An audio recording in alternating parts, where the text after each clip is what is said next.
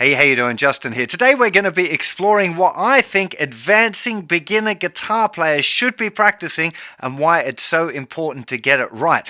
If you're following along with my beginner course, you're probably coming toward the end of grade 3 now, which definitely puts you in an advancing beginner stage, ready to consolidate all of that great stuff you've been learning as a beginner guitar player before you move on to being an intermediate guitar player. But what does that really mean? Well, let me explain a little bit because I feel like it's important. Beginner guitar players generally need a lot of guidance. They need to be shown exactly what to practice and for how long, when to move on to new material, what appropriate songs are. But the further along the journey you get, the more independent you're going to want to be. You're going to start to realize, hey, I really like this style of music more than that style of music, or I'm really good at these things and I want to develop that, but that's not so interesting for me. So part of the journey of the transition between beginner grades and intermediate grades is this independence. I call it the advancing beginner grades, which in my courses is grade 3. That's the bridge between the real beginner stuff and the intermediate stuff. If you're following along with my course, you're going to encounter this in the last module of grade 3 because I want you to spend some time consolidating the stuff that you've got and also start to think about this independence, develop some autonomy, figure out what exactly you like, and be able to give yourself an honest appraisal of the things that you're good at and when you're going to be ready to move on. And in this lesson, I want to give you some tips on how to make your own great practice routines. In this video, I'm going to talk about concepts and tools that you can use to help keep yourself inspired. That transitional period where you've been told what to do to suddenly having to make your own decisions about what you practice can be a little bit daunting. But so long as you follow these simple guidelines, you'll probably be able to make yourself up a fantastic routine. If you want more advice on exactly how to structure a routine, I've got a fantastic lesson about holistic practice, how to practice all of the different areas of guitar in a way that is nicely structured, but hopefully not too structured. And if you're one of those people that happens to not like structure at all, you're still going to find this video super interesting and hopefully give you some tips that you can use to help keep you inspired to keep practicing. So the first and most important tip that I can give you is to focus on music that you really love. For beginners, it's okay to do like a little bit of country, a little bit of folk, a bit of rock, a bit of pop, just generally songs that are going to develop the skill sets that you need to become a better guitar player. But the better you get, you want to start really thinking about the music that really, really gets you going. What inspires you to keep playing guitar? One of the things that I see regularly is people trying to learn songs that they think they should know rather than learning the songs that they really love, and that isn't great for the inspiration. You really want to think about, like, when I'm listening to music, what is it that I really love? What's going to excite me about playing guitar? And the reason that this is so important is because every technique or skill or bit of knowledge that you acquire should be focused on helping you learn to play the music that you love. One of the biggest mistakes I made in my early years of practice was learning things that I thought people should know if they play guitar. Harmonic minor scale, for example. I spent loads of time working on the harmonic minor scale far too early. I didn't know what it was for. I didn't know examples of why I might want to use it. I spent loads of time running those scales up and down. Really, it was pretty pointless. These days, I'm kind of glad I know it because there are times that I do use it if I'm doing like jazz improv. But if you didn't want to learn jazz or neoclassical rock, no point in learning that scale. So really, really important that you figure out the end destination. Here's the musical styles that I really love, and here are the techniques and the knowledge and the skill sets that I need to be able to play that style well. You might find that you've got a really broad taste in music, like me. I might find myself listening to Neil Young, Harry Styles, John Coltrane, and Metallica all on the same day. That makes life a little bit more complicated because there are lots of things that you'd like to learn. If you've got a more refined musical palette, it actually makes it easier. And what I would suggest you do is maybe think about narrowing it down a little bit just for this part of your journey. Focus on one particular style, one genre, one set of skills. You can always broaden it out later or move the style that you focused on. But if you try and focus on too many things at the same time, it can kind of wash everything down and make it harder to see your progress. settling on one particular style you're going to focus on, at least for the time being, can be really, really helpful for setting a goal and therefore figuring out a path to get to your goal. I've got loads of lessons on goal setting and how to figure out this pathway. There'll be links in the text part of this lesson if you're over on the website. If you're over on YouTube, there'll be a link in description to get you to the lesson where you'll find all of the links. So do go and check that out. Another important part of the transition between beginner and intermediate guitar player is the realization that you're not going to be able to learn everything. There's a great expression, as our circle of knowledge expands, so does the circumference of darkness surrounding it. Basically, the more you know you don't know. At the beginning of guitar, you're like, yeah, I can learn all of this stuff. This looks all pretty easy. I'll just learn this and I'll learn this. And then you go, well, oh, but there's these other... wow, there's all of this other stuff everywhere. Like, it just can be a little bit overwhelming when you realize how much stuff there is to learn. But it's comforting to know that you're not going to try and learn everything. Most people don't. There's probably only a few freaks in the whole of history that are like amazing at loads of different styles. So you have to start making choices. I know I'm never going to be an incredible flamenco guitar player. I'd love to be, but that's going to take a whole lifetime if I don't study anything else. So while I love the style, I play it a little bit as a hobby in the garden occasionally in the summer, I'm pretty hopeless at it, and I'm never going to be great at it because I just know I don't have time enough in my life to be able to do that. Same as jazz guitar. I'd love to be an amazing jazz guitar player, but I just don't have enough hours. There's not time for doing that. So the more you refine and the more you go like, well, there's all of these things, but like, I'm going to be really happy if I can do this. Okay? It's okay to dabble as well, because playing guitar has loads of different... the reason we play guitar is different for lots of different people. So if you want to be a professional guitar player, if you want to be a session guitar player or a theatre guitar player, if you want to be an artist, like a performing artist, a songwriter, each one of these things has a different kind of skill set that would be required. If for you, playing guitar literally is a source of comfort when you come home from a hard day's work and you just want to noodle about, play a little bit of this, play a little bit of that, do whatever you fancy, that is totally cool as well. I find that most people enjoy the journey more if they notice they're progressing well in it. And that's why I feel like having a goal, even if it's only a short-term goal, can be really helpful to go, okay, I love all of these different things, but for now, I want to settle on fingerstyle guitar or folk guitar or country guitar or metal guitar or whatever it is. And the more narrow you can make it, the better. You can always change it later. You can even change it halfway. I often feel like it's a bit like having a holiday. You go like, okay, I'm going to go to Switzerland and go mountain climbing. And you head over to Switzerland, you start climbing out and you're like, yeah, this is like really hard work. I don't feel fit enough to do this. Maybe I'm going to try something else. Maybe I'm going to go to France and sample wine. That sounds like a better plan. Okay, so you head over there and you decide. But at least if you're focused on a particular thing, a particular place that you want to get to, you can put your energy into that thing.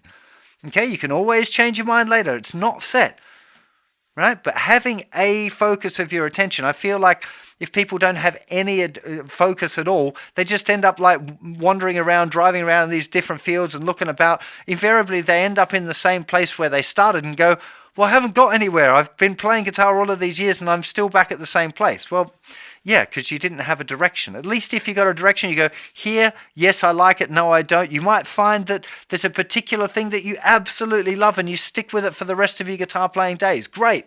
You might find that you change around a little bit. Doesn't matter. As long as you've got a focus and somewhere where you're focusing your attention and your practice and the skills and the techniques and the songs that you learn. Okay? Really, really big deal. So while we're talking about self-assessment, something that can definitely be worth giving a little thought is your strengths and weaknesses. We've all got different strengths. Some people are going to be like much better at rhythm guitar, like naturally good at it, but really struggle with improvising. Other people will really struggle with playing good time, but be naturally finding melodies, or their ears are really good, or they can remember songs or song lyrics and they can sing, and everyone's got a different skill set. We're all human. That's part of the deal. But one thing that's worth thinking about is whether you're going to play to your strengths or whether you're going to work on your weaknesses.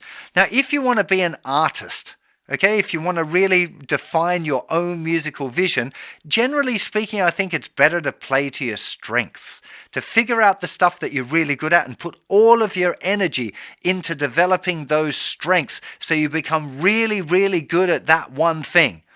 If you wanted to be like a general jobbing guitar player playing in a covers band or playing in a pit band or doing sessions or whatever, you probably need to have a slightly broader skill set, so you're going to learn to play lots more things but not at as high a level. If there's a particular thing that you really, really love, then really focus your energy on that and you'll find that you get much better at that one thing. I know lots of really incredible guitar players that excel in their field. They're amazing at it, but they really struggle in other areas. And they're the guys that you would have heard of because they excel in one particular area. They might be incredible at fingerstyle guitar, but they can't really play a blues. They might be an incredible jazz guitar player, but they can't play metal for toffee. There's a load of great and very, very famous guitar players who compose their solos and play amazingly well, but can't improvise. Doesn't matter. It's totally cool, and that's not a criticism. That's what you expect. Okay, so you've got to make decisions here, whether you're going to be broad or narrow. You're going to focus on a few things and do them really well, or you're going to do lots of things okay. I'm the latter. I can do lots of things reasonably well, but I don't excel in one particular area, which would stop me being a famous guitar player like Tommy Emmanuel or Brian May or Mike Dawes or whatever. Guys that absolutely excel technically in a particular thing are the ones that most of us hear about. So you've got to make that decision, especially if you're a young guitar player. You want to think a little bit about what the things are that you really love and whether you're going to focus in on those or whether you want to be a little bit broader in your knowledge. A couple of really common examples of this strengths and weaknesses thing. A lot of older guitar players don't feel they can play fast enough. Okay, and there's a little bit of an age thing going on here. When you're young, you've got more fast twitch fibers in your muscles and you're able to learn to play faster, quicker than if you're older. If you start playing guitar in your 40s or 50s, you will find it takes a lot more effort to play really quick. You can still do it, just takes a little bit more effort. But you've got to make that decision of going like, do I really need to play that fast? If the music that you really love isn't that fast, you probably don't need to focus on it as much. I generally think it's a good idea to be able to play slightly faster than you need to be able to, so that you can play the things with ease and comfort rather than struggling all the time. But you need to figure out what the point is there. Like, if you really want to play like Pink Floyd-y stuff, then you don't need to be able to go and play really fast. You just don't. Another point is whether people play with pick or fingerstyle. Some people naturally find fingerstyle a lot more comfortable. Other people find it really awkward. If you're that fingerstyle player that you just find playing with your fingers is way more natural to you, then that's okay to focus on that. If you wanted to play like really super fast metal guitar, then you're probably going to want to learn to play a pick. Play with a pick, but it didn't stop Jeff Beck being the greatest guitar player that ever lived, and he played rock guitar with his fingers. If he'd come for a lesson when he was a teenager, I would have told him it was a bad idea. He should have learned with a pick. How wrong would I have been? Mark Knopfler seems to do pretty good. He only uses his fingers. A lot of the new blood, the guys like Chris Bark and Ariel Posen, they play with pick and fingers and move between them in a kind of a hybrid style. That's okay too. You don't have to make a decision and stick with it forever, but it's worth having an opinion for where you're at now to help you focus on your near-term goals. With all of that said, the most important thing about making a practice routine of any type is that you enjoy it. If you're not going to enjoy your practicing, it's going to make it a lot harder to get your bum on the seat, which is for most people the hardest part. If you're really struggling to get to practice, if you're struggling with motivation to practice, you need to think about what it is that you're practicing and change it so that you're inspired to do it. It's really important. For me, even after all, I've been playing guitar for 40 years, more than 40 years now. And when I go to practice, I only practice things that inspire me to want to come down to the studio to play. If I'm upstairs on the sofa or playing with my daughter or whatever, she goes to bed and I'm like, what am I going to do? Practice? And if in my mind I'm going like, oh my God, running scales, doing arpeggios in thirds, practicing jazz harmony, learning altered scale position or whatever, no way am I going to get my bum on the chair. No chance. So I think about like, what do I really want to do on guitar still? What things are the things that inspire me to learn? Hey, Jeff Beck's just died, really heartbroken. I really want to check out some Jeff Beck stuff. So I might spend a couple of hours fumbling my way through Nadia and doing a really bad job of it, but I really enjoy it. Because I'm doing this thing that I've always wanted to do on the guitar. Might be relearning a Joe Pass chord solo or something. But it changes. It might be like I heard a song on the radio on the radio in the car, and I'm like, oh man, this is a great track. I really want to learn how to play that. So for me, it's mostly about songs, and that's okay. Like I said, my taste in music is pretty broad, so I tend to just focus on little bits of each different style rather than trying to drill in on a particular genre so much. And that kind of works for me. Keeps my bum on the seat, keeps me in love with the instrument. It really, really is the key thing. People who give up practicing guitar do so because they forget why they love it.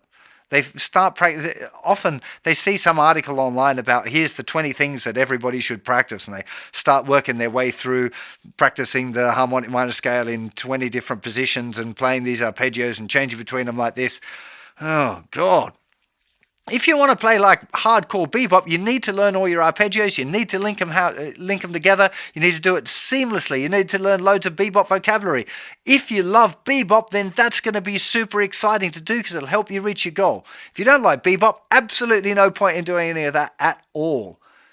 So make sure whatever it is that you're practicing, that it's inspiring and that you're going to enjoy practicing every time you sit down to play. And if that means not having a routine and just thinking about, hey, I really want to learn this song, then that's your practice routine, is learning those songs. When you're learning that song, you go, oh man, I haven't technically got the ability to be able to do this. Then you need to do a little bit of technical practice on those things. If you're like, I love this solo, I'd love to be able to improvise like that. Hey, what do I need to be able to do that? I need a bit of knowledge about what scales I might use over these chord progressions. So I need to practice them. I need to learn some licks using those things. So let the songs and the things that inspire you guide you into what stuff you practice next. If you stick with this, you'll be able playing guitar like me for a long, long time, and you'll still be loving it. So I really hope you heed my advice, that you're loving the grade 3 course. If you're over on there, if you happen to be on YouTube and you're a self-learner, do go and check it out. There's lots of really interesting things in there for advancing beginners to keep yourself motivated, interesting things to learn while you're still at those beginnerish kind of stages and heading into learning bar chords and 5-pattern playing and major scales all over the neck and all of that fun stuff that's waiting for you in the intermediate grades. I really hope this helps you keep an inspired practice routine, and I'll see you for plenty more lessons very soon. Bye-bye.